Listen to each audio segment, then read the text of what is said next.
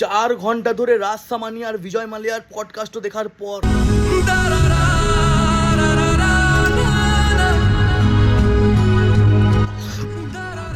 আমাকে নিজেকে খুব অপরাধী মনে হয়েছে।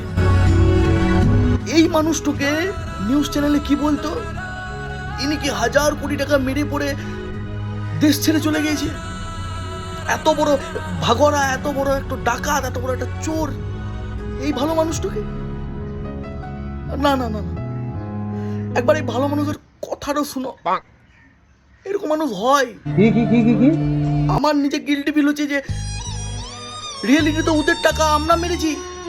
ইন্ডিয়ানরা, সাধারণ ইন্ডিয়ান পিপলরা বিজয় মালিকের টাকা মেরে পড়ে ওকে দেশ থেকে বার করে দিচ্ছে।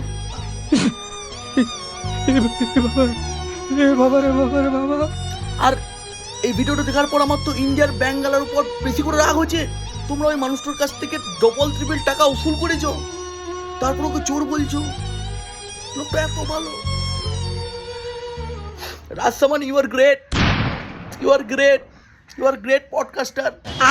Really I appreciate it, but I hope next time Dawood Ibrahim তোমার पॉडकास्ट আসবে। I am waiting for that. मैं तो तेरे को हरामी समझता था, तो राम निकला रे, देव मानुस निकला।